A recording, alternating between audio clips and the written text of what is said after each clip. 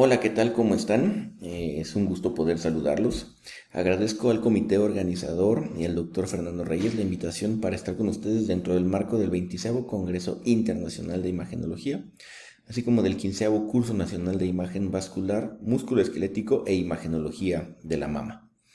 Y bueno, el tema que me toca compartir con ustedes es el de neuroradiología en intervencionismo, ¿no? Soy Alfredo Montenegro Rosales, soy neuroradiólogo y terapista endovascular.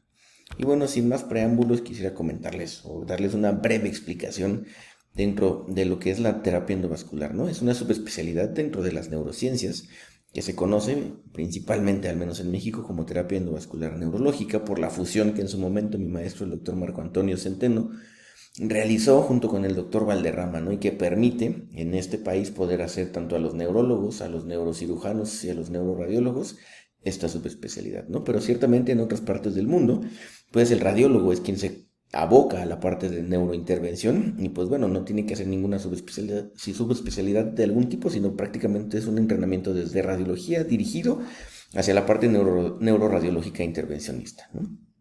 ¿Qué nos permite a nosotros el poder hacer esto? Pues tratar y dar diagnóstico a patologías neurovasculares complejas, ¿no? Si bien antes teníamos una disyuntiva importante o tal vez se marcó una línea, posiblemente por pues esta diferencia en las técnicas y en el abordaje de las diferentes patologías, hoy en día esta terapia nos permite tratar muchísimas patologías a través del cateterismo, ¿no?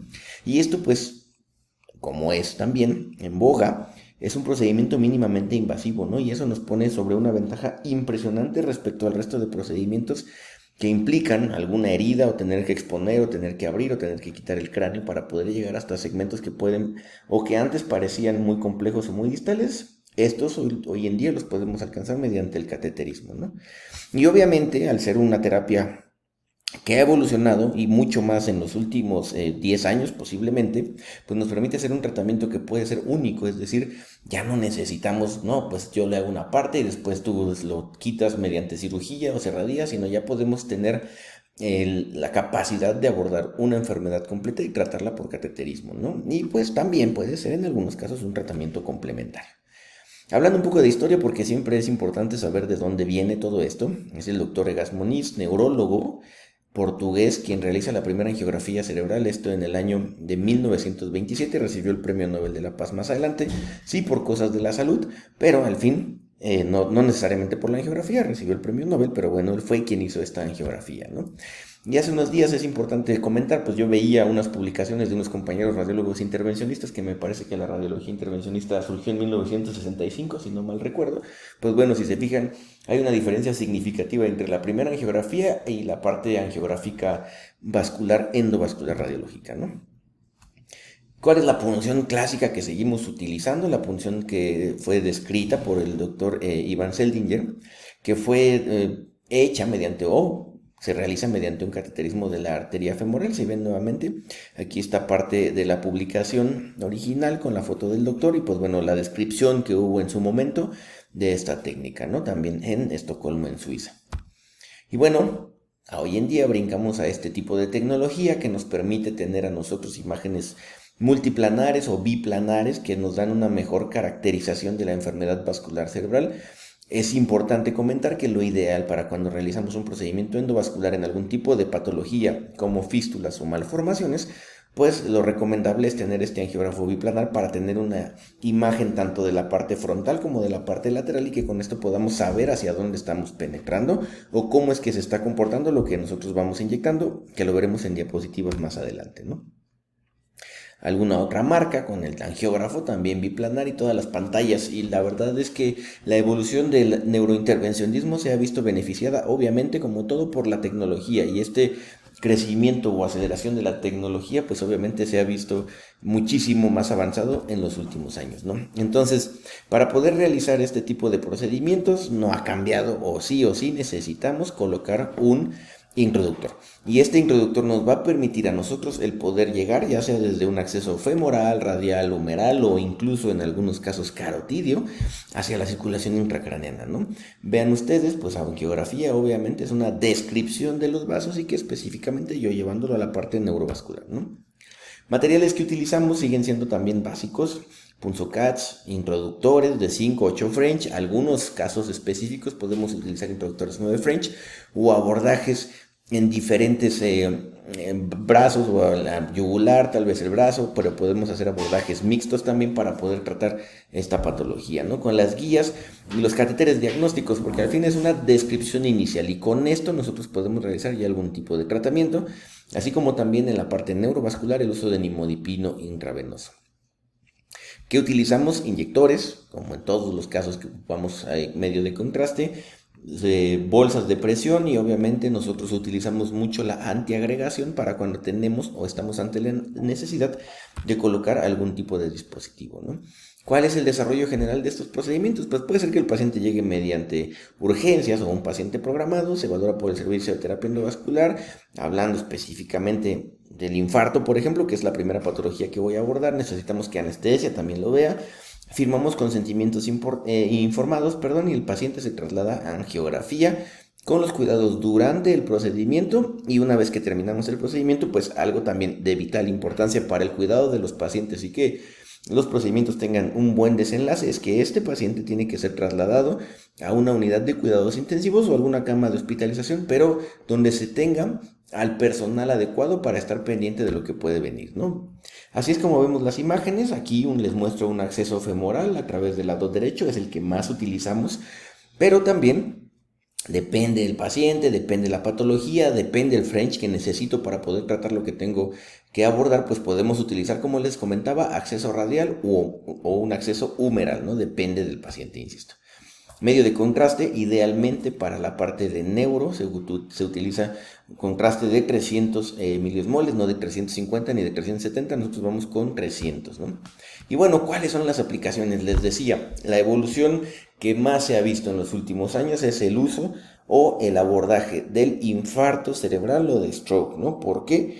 Porque las publicaciones que más apoyaron o que hicieron un cambio en el tratamiento de los pacientes surgieron en 2018 con 3 estudios que fueron importantes y a partir de ahí una serie de estudios que han permitido a hoy en día a los terapistas endovasculares que podamos tratar a pacientes con ventanas mucho más extendidas. ¿Qué son ventanas extendidas? Que no nos quedamos en las primeras 6 horas, sino que ya podemos tratar a pacientes en un rango permitido hasta hoy en día por publicaciones de 24 horas, pero pendientes porque en breve, en lo que será este año o el próximo, seguramente van a salir publicaciones donde esta ventana ya no solo va a quedar en 24 horas, sino se va a extender más allá de estas 24 horas con estudios específicos, ¿no? Vean ustedes, infarto cerebral, solamente la segunda causa de muerte cuando estamos hablando de la parte de América, para ambos sexos, hombre y mujer, segunda causa de muerte, no solo por debajo de la enfermedad cardíaca. Cada que nosotros explicamos o cada que uno de los especialistas explica su enfermedad, siempre decimos que es la primera o la segunda, ¿no? Pero en este caso es algo que está publicado en la Organización Mundial de la Salud y obviamente es la segunda causa, ¿no? Como ya lo comenté. Importante que conozcamos las escalas básicas para poder saber si un paciente se va a beneficiar de ser llevado a un procedimiento. ¿Qué hace que el procedimiento sea exitoso? La adecuada selección de los pacientes y por eso tenemos que tomar en consideración escalas que son muy básicas. Si bien a lo mejor en algunos casos no tenemos resonador, no tenemos estudios de perfusión, con una buena tomografía bien analizada y bien estudiada podemos identificar qué paciente va a ser el mejor para ser llevado a ese tratamiento. ¿Cuál es la escala que más se utiliza en infarto cerebral? La escala de Aspects, no me voy a explicar de tenerla al 100%, pero bueno, nos divide al parénquima cerebral en 10 puntos. Hablo de la circulación anterior específicamente, aquí están los puntos: caudado, lenticular, brazo posterior de cápsula interna, ínsula y los segmentos M1, M2 y M3 en un corte a nivel de los núcleos grises de la base, y cuando vamos hacia la convexidad volvemos a dividir estos territorios en M4, M5 y M6, ahí tenemos los 10 territorios, ¿no? Por cada punto que se vea pérdida de la diferenciación de la sustancia gris blanca o hipodensidad franca, pues vamos restando un punto. Obviamente, entre más territorios tenga afectados, menor va a ser la calificación de Aspects y por lo tanto tal vez este paciente no se pueda haber beneficiado, ¿no? Pero desde ahí, la parte neuroradiológica obviamente va de la mano con la parte clínica y es importante que nosotros, como médicos de primer contacto, cuando nos piden un estudio de tomografía, tengamos el conocimiento indispensable para poder dar una adecuada retroalimentación al clínico que está solicitando, ¿no? Vean ustedes un caso de infarto cerebral, ¿no? Mediante un cateterismo, vamos a través de la pierna, llegamos a los vasos del cerebro Y en esta imagen, por ejemplo, arteria carótida interna del lado derecho. Vean ustedes cómo no hay paso de media de contraste en un segmento muy proximal a las arterias lentículo-escleras. Prácticamente estamos con todo este territorio perdido, con alguna circulación colateral que se marca a través de la arteria cerebral anterior. Vean cómo esa circulación se alcanza a ver hacia la fase más tardía y nuevamente gracias a la tecnología podemos identificar o clasificar el tiempo que está tardando en la imagen angiográfica en circular el contraste, ¿no? Si se fijan, está muy enlentecido y volvemos a lo mismo, la correlación entre las diferentes modalidades de imagen, que sabemos bien que el tiempo de tránsito medio cuando está enlentecido es de más de 5 segundos y en la parte angiográfica podemos ver lo mismo. Vean como cuando el color está muy azul significa que el tiempo está por arriba de 4.5 segundos, lo cual nos correlaciona perfectamente bien con la imagen angiográfica y lo que nos permite tener una medición cuantitativa de los valores en tiempo real cuando estamos en sala de hemodinamia. Ahora una imagen lateral, vean cómo la circulación colateral intenta abrirse, pero nuevamente ahí está marcada toda la zona avascular o que no está teniendo la perfusión cerebral adecuada en ese momento. Así es como se ve con un zoom, ya estamos con un catéter mucho más grueso en ese segmento y entonces avanzamos un catéter de aspiración. Este catéter de aspiración es tan navegable hoy en día y con un diámetro tan amplio, estamos hablando de 0.72, que nos permite realizar una aspiración a través de una bomba que va a estar externa al paciente. Después de 2 minutos retiramos este catéter y vean ustedes cómo se repermeabiliza por completo e identificamos todas las arterias que no teníamos, incluidas las arterias lentículo-escleadas y nuevamente si hacemos una imagen cuantitativa vemos que mejoró la velocidad o el tiempo de tránsito medio que está circulando en ese territorio. La imagen AP y ahora la imagen lateral con la recanalización completa del territorio, nuevamente un comparativo entre la imagen inicial y la imagen final y la zona que hemos recuperado, ¿no? ¿Por qué es importante? Porque esto cambia vidas a los pacientes, ¿no? Entonces es importante entrenarnos en selección de imágenes o en análisis de imagen y es muy importante que los radiólogos sigamos entrenándonos en la parte de neurointervencionismo porque nosotros hacemos una integración completa de la imagen, tanto obviamente es tomografía, resonancia magnética y la angiografía. Al fin nuestros ojos están entrenados en escalas de grises, ¿no? Vean otro paciente, un infarto en territorio de la arteria cerebral media, de la arteria cerebral anterior derecha, hiperdensa en difusión, hipointensa en el mapa de ADC, aún no se ve hiperintensidad franca en esta secuencia, a pesar de que tiene enfermedad de pequeño vaso, fase CAS3, pero bueno, muy sintomática, un territorio que representa movilidad predominantemente de la pierna y en menor medida del brazo por la localización que tenemos. Y nuevamente volvemos a lo mismo, si regresamos a la parte clínica y recordamos el homúnculo de Pinfield. Por eso es que nosotros podríamos saber qué parte o qué clínica puede tener el paciente aún sin verlo, no solamente con las imágenes. Entonces hacemos una correlación entre las imágenes y vean, perfusión cerebral, en este caso por resonancia magnética, con el aumento del tiempo de tránsito medio a partir de la zona de oclusión que estamos identificando en esta imagen. Punción femoral del lado derecho, si bien la mayoría de estos pacientes tienden a ser añosos y con enfermedad aterosclerótica en diferentes segmentos o algunos cambios o curvas, desde los accesos que hacemos, pues vamos hacia el lado derecho. Aquí está nuestro catéter guía, nuestro catéter para cateterizar, la guía. Y una vez que estamos en el sitio deseado, en la imagen anteroposterior, identificamos la oclusión o hacemos una correlación nuevamente entre la clínica, la resonancia y la angiografía y podemos identificar el sitio de oclusión en imagen AP y en imagen lateral. Vean cómo es que armamos hoy en día nuestros accesos, ¿no? Un introductor, como lo comenté al principio, un catéter guía, un catéter de acceso distal y un microcatéter, ¿no? Todo perfundido para que no tengamos aquí un caos de sangre y que con esto evitamos la disminución y la formación de coágulos. Y este es nuestro sistema que nos permite realizar la trombectomía, que en este caso el dispositivo que utiliza se llama Tiger Driver y es una malla que nos permite literal integrar al coágulo dentro de la malla. Ahorita lo iremos viendo, vean cómo va avanzando la microguía. Estos eran territorios que anteriormente eran muy distales y que se prefería hacer el uso de RTPA o en este caso que también está cambiando de tenecteplase para poder llegar hasta allá, pero ahora por la velocidad y la capacidad que tenemos por los bajos perfiles, vean cómo abrimos y cerramos este dispositivo para que se integre el coágulo y aquí está el disparo. Listo, aquí se alcanza a ver la zona de oclusión y aquí es donde justamente se acintura nuestro dispositivo y al momento de abrir y cerrar permito que se integre, ¿no?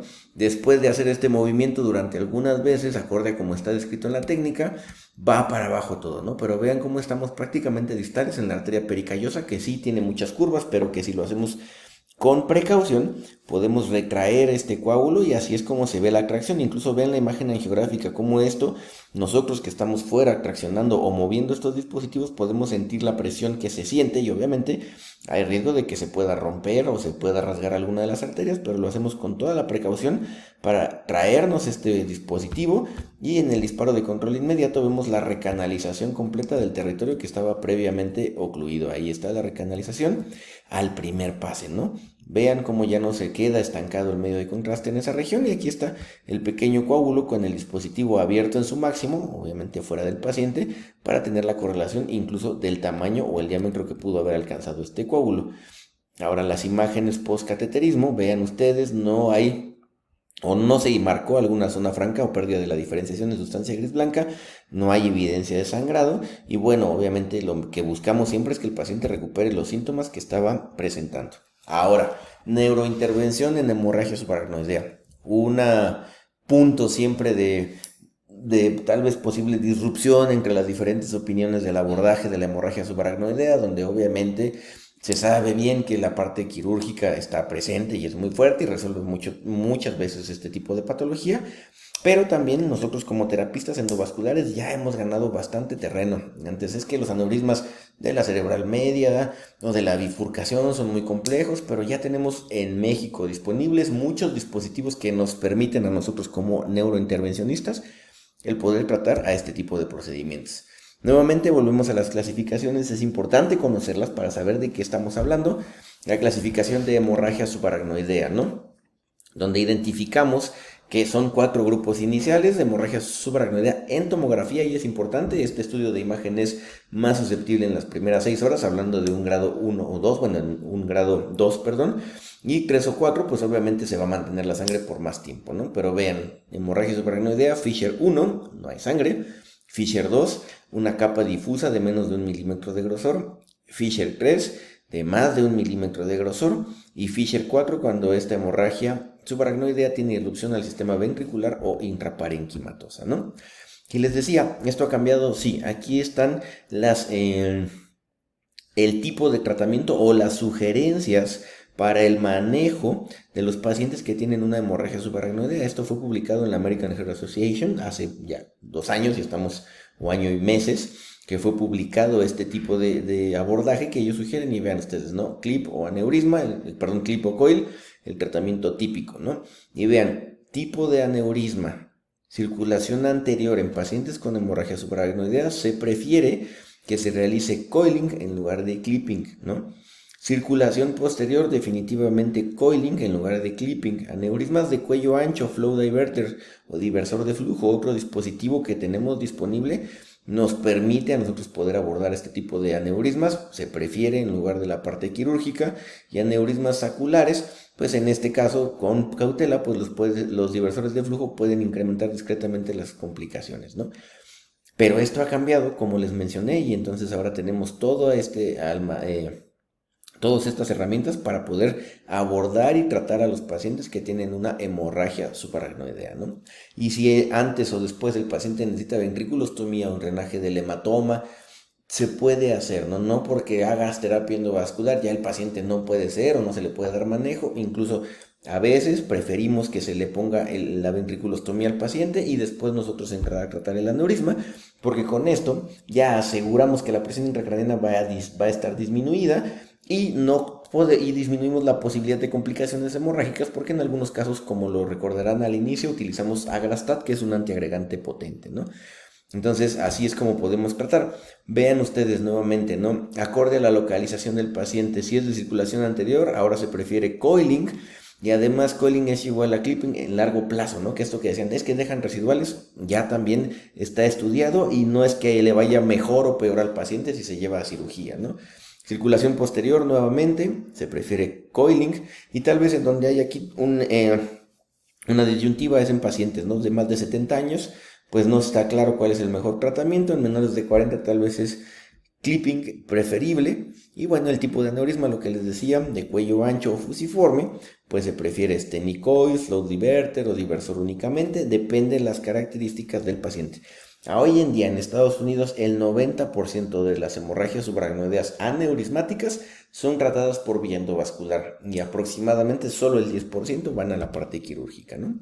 Vean un abordaje, una embolización de aneurisma con COIS en un paciente que presenta hemorragia subaracnoidea, Fisher 4, irrupción del sistema ventricular, incluso un hematoma intraparenquimatoso frontal, pero vean la dilatación importante que tiene del sistema ventricular y la ocupación por sangre. Importante, paciente que se sospeche hemorragia subaracnoidea, lo ideal es que ahí mismo, si la situación lo permite, se haga un estudio de angiotomografía. ¿Por qué? Porque así evitamos pérdidas de tiempo, ¿no?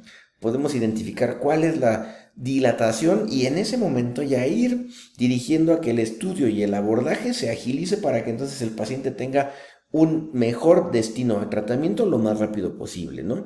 Un aneurisma que aparentemente parece ser aquí del complejo comunicante con el domo dirigido en sentido dorsal, abordaje radial además, ¿no? Sin la necesidad de quitar, mover, jalar o abrir, un abordaje radial, vamos del brazo, llegamos al arco aórtico y ascendemos hacia el lado derecho, aquí van los catéteres nuevamente subiendo hacia el lado derecho y las inyecciones de contraste, ¿no? Un aneurisma que parece oftálmico, aquí de localización, carotidio del lado derecho, la dilatación importante, en esta porción vemos el pequeño blef que tiene este aneurisma, y entonces se puede tratar ahí mediante coiling, ¿no? Es un aneurisma de cuello corto, lo rellenamos con coils, vean el antes y el después, con la exclusión completa del aneurisma de la circulación. Ahora, diversor de flujo y coils, en algunos casos es importante hacerlo, sí, porque algunos aneurismas son o tienen mucho mayor diámetro, tienen un cuello ancho, a veces gastas menos, incluso si utilizas diversor de flujo con algunos coils, en lugar de que solamente le pongas coils, porque el seguimiento a largo plazo es mejor. Analizamos todas las características del aneurisma, vean las medidas, 17 milímetros, los diámetros, las reconstrucciones tridimensionales cuando las tenemos disponibles, y entonces iniciamos el abordaje, ¿no? Vean cómo es que hay microcatéteres, dos al mismo tiempo, uno dirigido hacia el interior del saco aneurismático, otro con el dispositivo, que en este caso es un diversor de flujo que vamos abriendo poco a poco para poder permitir que el dispositivo se adoce a la pared del vaso.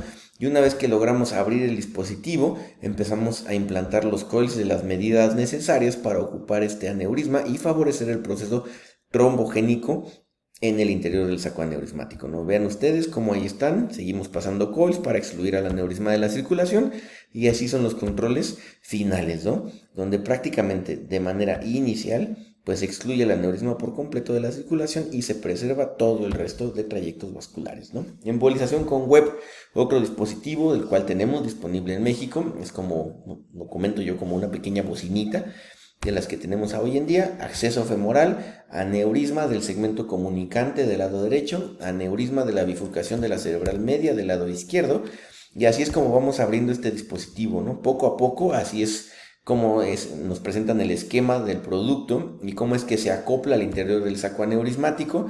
El aneurisma deja de llenar en un segmento importante en los controles inmediatos y lo que buscamos es que esta porción proximal que queda expuesta hacia la luz del vaso se endotelice y deje de llenar la porción profunda del aneurisma. Y además, la bondad de esto, tratamos el lado derecho, bajamos al arco aórtico, vamos al lado izquierdo, el aneurisma, un web dentro del dispositivo, dentro del vaso, perdón, y así es como quedan los dos dispositivos implantados con una sola punción en la pierna en un procedimiento de 2 horas, ¿no? Vean ustedes nuevamente el aneurisma derecho, el aneurisma izquierdo con los dispositivos implantados y los controles finales que hacemos, ¿no? Malformación arteriovenosa, importante conocer la clasificación de Sperler-Martin que nos permite saber el beneficio o la posibilidad de un mejor desenlace clínico de los pacientes, que evalúa tamaño, localización y la presencia de drenaje. Es una escala que va del 1 al 5, obviamente entre menor puntaje significa que hay menor tamaño, que está en una zona no elocuente y que tiene un drenaje predominantemente superficial, y bueno, con esto obviamente tenemos mejores resultados, ¿no? Un ejemplo en una imagen apilateral, una malformación temporal del lado izquierdo, y ahora podemos llegar con estos catéteres que nos permiten a nosotros hacer inyecciones prolongadas y con mayor penetración de este líquido embólico que utilizamos, que se conoce como squid, como Onyx o Phil, que son los diferentes dispositivos, perdón, los diferentes líquidos embólicos que tenemos disponibles y que permiten este tipo de inyecciones prolongadas para lograr una adecuada penetración dentro de la malformación, como ustedes lo pueden ver en las imágenes que les muestro, con la exclusión casi total de la misma. Lo que les decía, que en algunos casos se puede dejar para un manejo único o complementario para que el paciente vaya a recibir alguna otra terapia y con esto se termine de excluir ese pequeño residual, ¿no?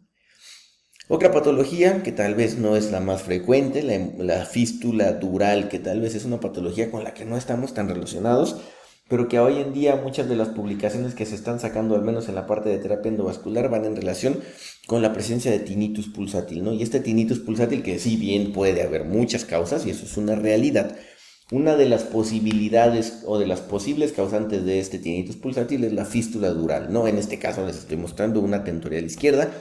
Vean ustedes, en el 80% de los casos, la arteria meningia media, ya sea la derecha o la izquierda, es la que se ve involucrada y que, a diferencia de la malformación en la fístula dural, no identificamos un nido malformativo, sino que hay una comunicación directa entre vasos que idealmente irrigan meninges, músculo, hueso, y que se conectan a vénulas de la dura y que alrededor de los senos es que nos condicionan estas comunicaciones, que los senos pueden o no estar funcionantes o trombosados. No se sabe o no se sabe bien cuál es la causa principal de las fístulas durales, pero nos condiciona a este tipo de comunicaciones anormales, repito, sin nido malformativo, y que aquí utilizamos la clasificación de Cognard o de Borden, que son las dos clasificaciones que más nos ayudan a nosotros a poder definir por imagen la posibilidad de complicaciones o la posibilidad de ruptura si no se le hace nada a esta fístula. Vean nuevamente arteria meningia media, arteria occipital, que es otra de las arterias que también participan con menor frecuencia que la meningia, pero sí participa en la formación, dentro de esta patología, el punto fistuloso al centro, con las ramas que van a estar hacia la periferia del seno venoso, y vean cómo en este caso específico hay un flujo que está invertido, ¿no? Lo ideal es que uno no se conectara en una fase arterial. Dos, cuando la fase venosa va de salida en la angiografía, pues nos llene al seno y el seno vacíe la sangre. En este caso no está pasando, llega a este punto, hay trombosis acá, y por lo tanto el flujo está invertido. ¿Qué es lo que pasa? Las venas corticales que se conectan en esta región llevan un flujo ahora hacia arriba y además se asocian a dilataciones. Ven ustedes cómo hay dilataciones aneurismáticas de estas venas que van hacia el seno sagital superior y por lo tanto es una fístula con alto riesgo de ruptura si no se le hace nada, ¿no?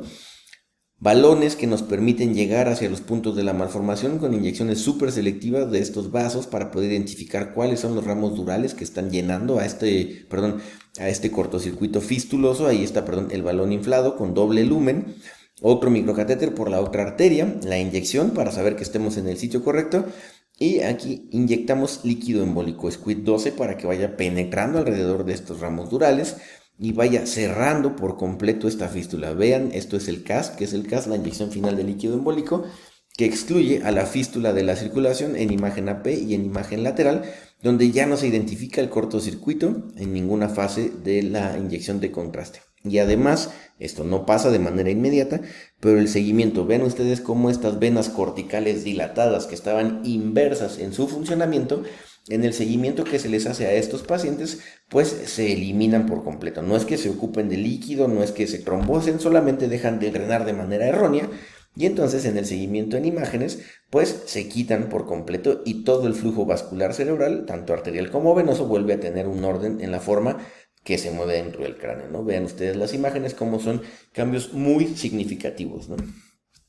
Estenosis carotidia, una patología que tal vez siempre es un territorio mixto, ¿no? Entre la parte angiológica, la parte de radiología intervencionista, la parte de los neurointervencionistas, y bueno, al fin de cuentas, nosotros podemos manejar este tipo de patología porque es algo que sale del corazón y va hacia la porción intracraniana, y obviamente, pues si llegáramos a tener algún tipo de complicación, tal vez ahí mismo la podemos resolver, ¿no? Vean un paciente que, si bien llegó con un deterioro neurológico agudo, vean ustedes cómo la parte que se identifica con pérdida de la diferenciación de sustancia gris blanca es la ínsula del lado derecho, como lo comenté, la escala de Aspex, donde en este caso se calificaría con un Aspex de 9 porque el resto de los territorios M4, M5, M6, M1, M2, M3, cabeza del caudado, broce posterior de cápsula interna, mantienen la adecuada diferenciación, pues estamos ante un aspecto de 9, ¿no? ¿Qué es lo que pasa? Hay que hacer un estudio extendido para saber cuál fue la causa de los síntomas del paciente y nuevamente volvemos a lo mismo. La angiotomografía, adquirida en una fase arterial y venosa para que podamos tener realmente una clasificación y calificación incluso de las arterias colaterales que puede presentar este paciente. Vean, en una fase inicial se ve el territorio M1 hasta la porción más profunda de la ínsula, a diferencia de la derecha. Y en una fase más tardía, vean como ya más tardía, nuevamente, aunque suene, estoy repitiendo las cosas, pero bueno, aunque suene nuevamente, vean como aquí ya la arteria apenas empieza a llenar la derecha, cuando prácticamente la izquierda ya se lavó por completo. Y nuevamente, perdón, ven en una fase más tardía cómo esta arteria sigue con contraste y la otra prácticamente ya se lavó, ¿no?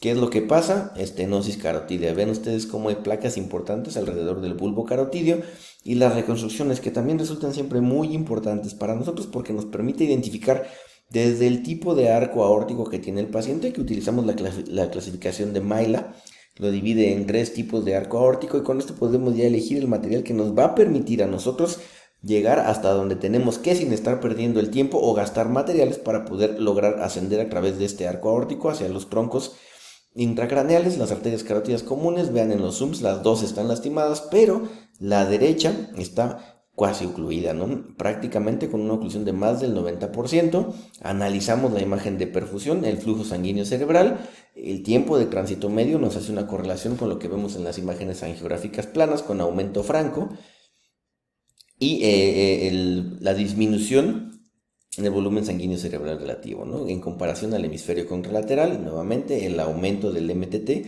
en este caso hasta de 10 segundos, lo cual está completamente patológico o fuera de lugar, ¿no? Vean cómo también con los nuevos software podemos identificar nosotros cuál es la zona de core isquémico y cuál es la zona de penumbra que se correlaciona nuevamente con la imagen tomográfica de base, ¿no? La pérdida de la diferenciación y que se correlaciona en esta imagen, ¿no? Aquí está core penumbra que ahora podemos analizar. Y bueno, vamos entonces con el paciente, una punción femoral del lado derecho, disparo de la arteria carótida común izquierda. Vean cómo sí hay una correlación prácticamente de la imagen de angiotomografía y la imagen angiográfica. Y además nos habla de una oclusión crónica agudizada. ¿Por qué? Porque ya hay colaterales, ¿no? Por algo esta arteria se sigue viendo lenta. Vean como aquí prácticamente la arteria izquierda, que es la no enferma o menos enferma, pues se correlaciona con lo que había explicado previamente en las imágenes de tomografía. Y hacia las fases más tardías, vean como la izquierda ya está lavando, ya está en una fase parenquimatosa y la derecha sigue llenando, ¿no? Identificamos entonces la zona de estenosis y nuevamente una correlación entre la imagen de angiotomografía y la imagen de angiografía. Hacemos zoom, vemos el calcio que se identifica, así como pequeños trombos, y los disparos tardíos, como es que tarda muchísimo en llegar a esta sangre hacia la circulación intracraneana.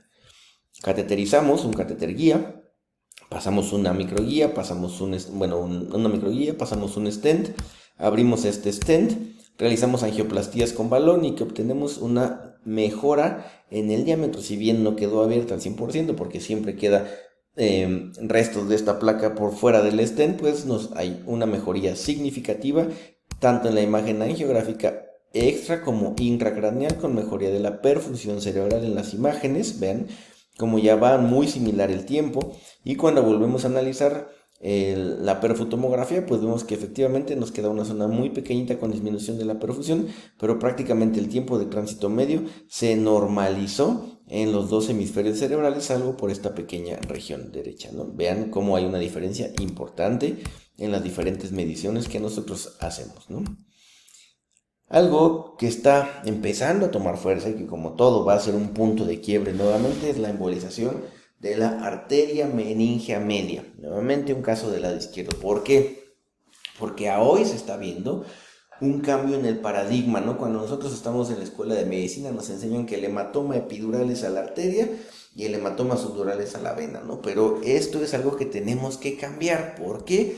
Porque justo este gráfico nos explica la circulación normal, aquí donde lo estoy marcando, y la circulación con cambios que tiene un paciente que sufre un hematoma subdural. ¿Qué es lo que pasa? Y estamos en la imagen A y B que les estoy marcando, que es ramas principales de la arteria meningea media. Hablamos del tronco frontal o temporo-occipital. Tenemos unos ramos secundarios y unos ramos perforantes, ¿no? Aquí en el lado normal o sano, si se fijan, no hay una red capilar, es decir, son pequeños vasos, pero no hay una red capilar enferma o alterada, a diferencia de cuando vamos a los pacientes que tienen hematomas. Hay personas que sangran, resangran y entonces forman pequeñas membranas, y estas membranas nos dan esta red capilar que es completamente anormal. ¿Qué es lo que pasa? Es un ciclo donde hay resangrado, reabsorción, y entonces se forman más redes capilares. ¿Cómo los podemos tratar? Mediante embolización. Si bien es cierto, los líquidos que utilizamos hoy en día no penetran hasta las ramas terciarias, sí penetran las ramas primarias y secundarias, y al momento de que nosotros desvascularizamos desde la parte arterial a las meninges, en el tiempo los hematomas se reabsorben, ¿no? La diferencia, y es importante, que aquí no es una evacuación completa en una cirugía, como lo es en una cirugía, sino es embolizar segmentos primarios y secundarios y esperar para que se vaya reabsorbiendo poco a poco ese hematoma. Vean ustedes un hematoma inicial izquierdo con datos de resangrado, con efecto de masa importante, desviación de la línea media y efecto de masa sobre las estructuras adyacentes.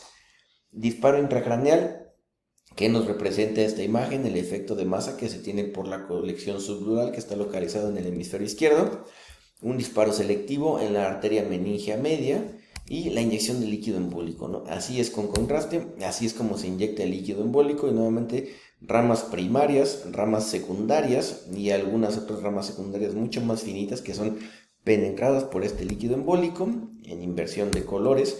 Y vean ustedes cómo la pre y la posembolización, ¿no? Estos 24 horas, vean cómo hay una disminución de 25 a 19 milímetros. Se espera o se considera que si hay una disminución de hasta el 10% en las primeras 24 horas de la embolización, este tratamiento puede resultar exitoso en el paciente. Nuevamente, 23 milímetros versus 19 en primeras 24 horas. Esto hace el parietal. Y la desviación de la línea media, como pasó de 8.6 milímetros a 5.5 milímetros con el artificio que nos da el líquido embólico dentro de las ramas de la circulación de la arteria meningea media, diferentes tomas, y vean el control, ¿no? Cómo es que nos queda un pequeño hematoma laminar parietal izquierdo, pero el resto del hematoma prácticamente se ha reabsorbido. La comparación de la imagen inicial y la imagen de seguimiento, esto fue a 3 meses en el paciente, como hay una disminución significativa del hematoma, restitución de la línea media y mínimo efecto de masa, sobre todo en el parietal del lado izquierdo. Ahora, vasoespasmo. ¿Es útil en casos de hemorragia subaracnoidea? Sí. ¿Podemos resolverlo nosotros que tratamos el aneurisma también? Sí, lo podemos resolver. Y vean, ¿no? Pacientes que sufren hemorragias subaracnoideas con disminuciones de los diámetros en el seguimiento, donde los picos del vasoespasmo son del día 4 al día 12 o hasta el día 21, con algunos factores de riesgo que favorecen la presencia de este vasoespasmo. Y ven ustedes, obviamente, entre más sangre, más riesgo de vasoespasmo. Al menos aplica para el grado 3, no para el grado 4, donde el riesgo de vasoespasmo sintomático alcanza porcentajes de hasta un 37% versus un 40% en el grado 4 cuando se modifica, ¿no? En la escala de Fisher modificada. Puede hacerse dilatación farmacológica con nimodipino intraarterial. Sí, ofrece un efecto transitorio, pero puede condicionar un poco de hipotensión. Dilatación con balón, puede haber una disección arterial, puede ser que se tengan zonas de infarto, que se formen pequeños trombitos porque se detiene el flujo. Puede ser que se haga ya una dilatación con el stent retriever, sí, puede hacerse. Y ahora tenemos algunos dispositivos que se permiten abrir y cerrar de manera temporal, a diferencia del que les mostré en la trombectomía mecánica, que se llama Tiger Driver. Aquí se llama Comaneci y pues nos permite estar abriendo y cerrando el dispositivo, permitiendo un flujo anterógrado, disminuyendo la posibilidad de alguna complicación. Tomografía simple, un paciente joven, 40 años, hemorragia subaracnoidea, Fisher 4, tiene hemorragia en el cuarto ventrículo y el paciente fue llevado a angiografía y embolización. Un aneurisma del tope de la basilar con las medidas que estamos viendo ahí, una distancia domo-cuello de 4.3 milímetros. ¿Qué es lo que colocamos? Como les mostré en la parte de la presentación, un dispositivo que se conoce como web. Ahí está el web colocado en la porción del tope de la basilar.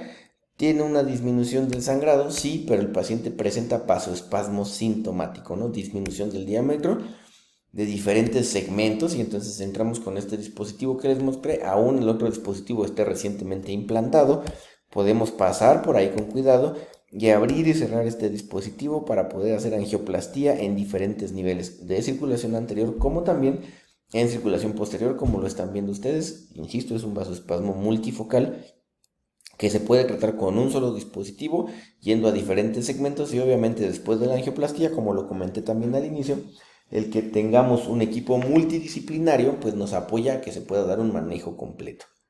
Tumores hipervasculares, aquí está un glomus por ejemplo, embolizaciones prequirúrgicas que disminuyen o excluyen a la tumoración de la circulación y permite realizar unas abordaje por vía quirúrgica mucho más limpio, ¿no? O las fístulas carótido-cavernosas, vean ustedes, una patología muy frecuente porque los pacientes cada vez andan más en moto, no utilizan casco, esta comunicación que se forma entre el seno cavernoso de la arteria carótida y las estructuras adyacentes, que en este caso condicionan una dilatación importante de la vena oftálmica superior.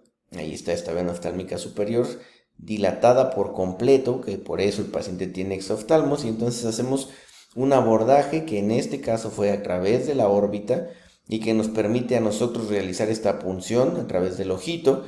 Ahí vamos avanzando en las imágenes laterales, por eso les decía que idealmente necesitamos un angiógrafo biplanar para poder colocar un introductor ahí, poder insuflar un balón para poder llegar con el resto de catéteres y trabajar esta fístula siendo lo menos invasivos que se pueda, ¿no? Ahí está, inyectamos líquido embólico, Squid 12, que dentro de la masa de Coils, y vean cómo hay una exclusión completa de la fístula, la imagen inicial, la imagen final, donde se cierra por completo esta comunicación, y este es el paciente al día 1 de posoperado, al día 2 de posoperado, al día 7 de posoperado, 15, la resonancia magnética, donde ya no se identifica la fístula en fase venosa, ya no se ve para nada dilatada, y vean al mes de posembolización, ¿no?